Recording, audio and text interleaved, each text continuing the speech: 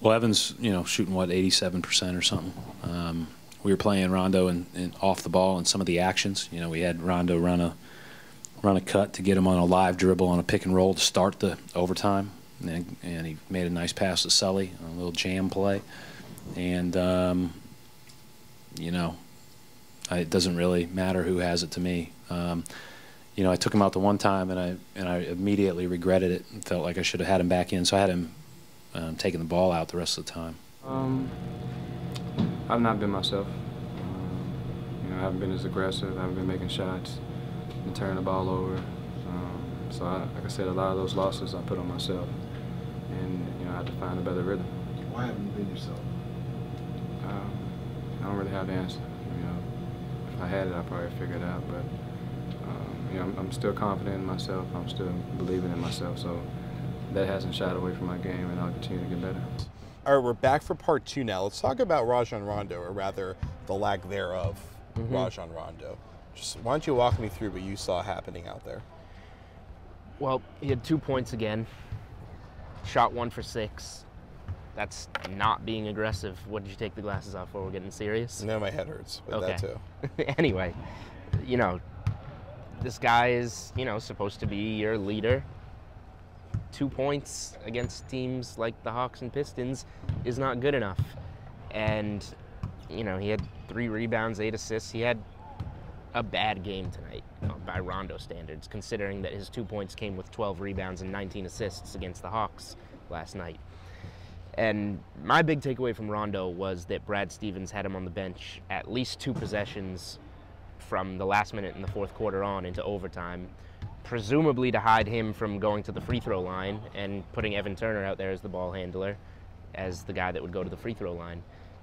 It is ridiculous that you have to hide your all-star point guard at the end of games. Your best player. Your best player, because you're afraid of him going to the free throw line. It's ridiculous. It's unheard of. I can't remember it happening to anybody else except for Shaq, who is a center. So, Rondo, you gotta fix the free throw shooting. The funny thing is, he's become a better shooter. And the scoring. Yeah. Overall. He's had 2 points in 2 2 straight points games. where, he pulled up on a breakaway, had a pretty confident jumper, and that's all we get from him tonight. He can shoot. He's shooting, 42, 43% on the season coming into tonight. Why can't he score? Why can't he score at the free throw line? I mean, to be fair, Jeff Green was taking a lot of the shots tonight. Which is good. Jeff Green should be taking a lot of shots. Yeah, I mean, they took 93 shots. The Pistons took 102. I can't remember the last time we saw 100 field goal attempts in a box score before. It's been a while. When there's 93 shots and Jeff Green takes 22 of them, I believe that means there's 71 left over. You would think Did Rondo... you see subtraction on the Garden Report? I did. Wow. I think Rondo could probably take more than 6 of those 71 shots and probably make more than 1. Probably. But he sits back. That's kind of been the way he's been playing this year. There's something wrong. I mean, it's more than just rust. It's really a matter of the way he's trying to play his game. You did ask me earlier if Rondo said anything in the locker room, and I said he was mostly talking about Chris Tucker's velour jacket in Atlanta, which is true. Yeah. But it's now just coming to me that he did say that he has not felt like himself the last few games, which is probably more notable than the velour jacket. But we've seen it with the scoring, and eventually he's going to have to be himself again and try and get more involved. We were just talking before the show. He's averaging 8 points a game. We need more Rondo. That's of any person you consider to be a star or near-star caliber player in the league, that's probably the least amount of scoring of any of them. Even Kenneth Faried is probably scoring more than that. He gets by with it with his assist numbers, and he is having a career year rebounding the ball in shorter minutes, which is impressive. He's a very unique player. He does a lot of important things, but scoring is something that high-paid superstars do. That comes with it. And then, the other things that you do are what you get paid the bonuses for. The scoring is supposed to be what you get when you pay a player that much money. Well, so here's the thing. So I remember a couple years ago, there was a very heavy debate about whether you'd rather have Russell Westbrook or Rajon Rondo. And it was a very fair debate at that point in time, because while Westbrook was as explosive a scorer as there was in the league, Rondo overall was a complete package and was a better player overall. But as things have played out, though, you see that Rondo is not a go-to guy in crunch time. Absolutely. I mean, when they have good talent around him and they can execute, they could run good plays through him. But Russell Westbrook's a guy that you go to and he closes games out. Rondo is a guy that they're taking him off the floor. They're Carlos Boozering him. That's never good to be Carlos Boozer. That's a really mean Boozer. thing to say, but they're Carlos Boozering. I mean, to go to that debate really quickly, I think the reason that was valid a couple of years ago is because Rondo is the perfect guy to put with your Paul Pierce, your Kevin Garnett, and your Ray Allen. He can get away with scoring 2 points and averaging 8 points per game. When you have those 19 assists, 12 rebound nights, it looks fantastic. And in his own right, he did score, he had some 40-point playoff games, which was great.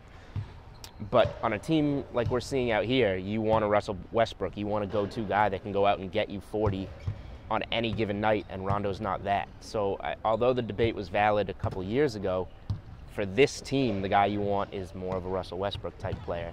For that team, the Pierce and Garnett team, you want a Rondo type player. They're just different players. So they just have to give up all their first-round picks for Russell Westbrook, basically. Just all 17. Give it a try. Yeah. I would like to give them up for Andre. Rule, I would like to give them up for Andre Drummond, which Yeah. is something we'll get to. I don't think it's happening. Okay, so very quickly before we box and ball, Marcus Smart made his return tonight. He played 5 minutes, and then Steven said he just didn't think he was ready. He hadn't practiced. It wasn't the physical issue. Just he wasn't in rhythm. And they went with Phil Pressey, and Phil Pressey had a really good game. Yeah, I mean, there's not much to talk about. He didn't play many minutes. He hasn't been around the team a lot lately, so Stevens didn't feel comfortable playing him. Maybe he was a little stiff. Maybe he wasn't completely ready either, and we just didn't hear about it. And there was no reason to question it. Pressey had a good game, so not much of a story there in my opinion. And I talked to Pressey a little bit off camera after the game. I think you were there for that too. We did. He was talking about trying to work with Avery Bradley there, and there were these plays where he was spacing in the corner. Bradley was trying to do isolation. Looked like Bradley wanted Phil to get more involved, and that wasn't really working. But then Phil started getting rebounds, getting into transition, and the entire game opened up, and they ran out to some big leads by just Phil getting the rebounds. Let's see. I mean, we'll look here. He only had 3 rebounds, but I think he had 4 assists. I would bet you most 4 of those are coming assists, off 7 of there. points in almost 18 minutes. Yeah, he was solid. That's a good Phil Pressey game. And that's good because Phil Pressey hasn't really been doing that much, but he's starting to get a little bit of opportunity with Smart out. It's nice, and nice to see from him. For those saying that Phil Pressey in the 5-minute samples that we were seeing wasn't effective anymore, it's pretty clear that once he gets a chance to get in rhythm with a second unit, he's pretty effective. He waited until Smart got healthy to have a good game, so bad timing, but nice to see from him. Hey, more depth, more depth. Okay, so very quickly, let's box and ball real fast. So just hit me with both of your answers real fast. So I was just talking about Andre Drummond. Even though the Celtics won, Andre Drummond was my baller tonight. 42 minutes, 27 points. He had 14 rebounds. He had 5 blocks, including a ridiculous block that could have saved the game on Jeff Green, where he just jumps through the gym and gets these shots out of there that you would think had no chance of being blocked. I was waiting for Jeff Green's shot to hit the rim, and boom, he just comes out of nowhere. He had 4 steals on top of it. He shot 12 for 18 from the field. Andre Drummond is the type of player that the Celtics need. Throw everything at the Pistons and get them. Not happening. Let's see, you got Durant try or hard. Anthony Davis, something like that. You're not getting them. Okay, quickly, do you have a stat of the night for me? Celtics 13 for 30 from downtown, 43.3%. That's why they won the game. Okay, so for me, my boxing out stat, it doesn't apply after overtime, but as of the end of the 4th quarter, Brandon Jennings, guy that shoots a ton, Brandon Jennings, it doesn't pass the ball. 55 points in one of his first games in the NBA. Wasn't quite the same tonight. No, he went was not. 0 for 10 from the field, but had 10 assists. One of the weirdest stat lines I've seen, especially considering who it was. And then for me, my baller tonight was not Brandon Jennings, surprise, surprise, but it was actually Jeff Green. and Kelly Olynyk will tie it together. But the guys that I've been criticizing, I want to give them their give them their credit where credit's due. I mean, it was my favorite Jeff Green game in a while. I loved how he played tonight. I didn't mind the misses. I love the way that he was deciding to run the ball, and that was what was really important. Is that he was trying to run the plays, him going head of steam, driving at the ball, driving at the rim. His last play where he got blocked by Drummond there to try to get the game winner. I thought he was perfect still, on that play. Yeah, it was still a great play by Green. He beat Butler off the dribble. To Drummond there. Sure, but he beat Butler off the dribble, was attacking away from the basket, and he always has that bad habit of throwing up the shots. Yep. But he took a nice little curved step back in there, got the position, and got the shot off. And that was the kind of move. It was that last step to get to the rim. That was a real important development for Jeff Green. We need to see him stop throwing those ridiculous fadeaway runners that he does hit sometimes, but then half the time he throws off the top of the backboard. He's got to make that step towards the hoop, get fouled, or get the shot off. I mean, that's how he's got to play. And we got to get out of here. We do. It's late. I'm losing my voice. Gotta try not to be too sick for tomorrow. So overtime games, man. We're gonna end this one here. Celtics actually win it in overtime, 109-102 over the Pistons. I'm Jared Weiss, that's Julian Edlow. We're out of here. This is the Garden Report on CLNS Radio and Celtics Blog. Peace. How good is James? He's real good.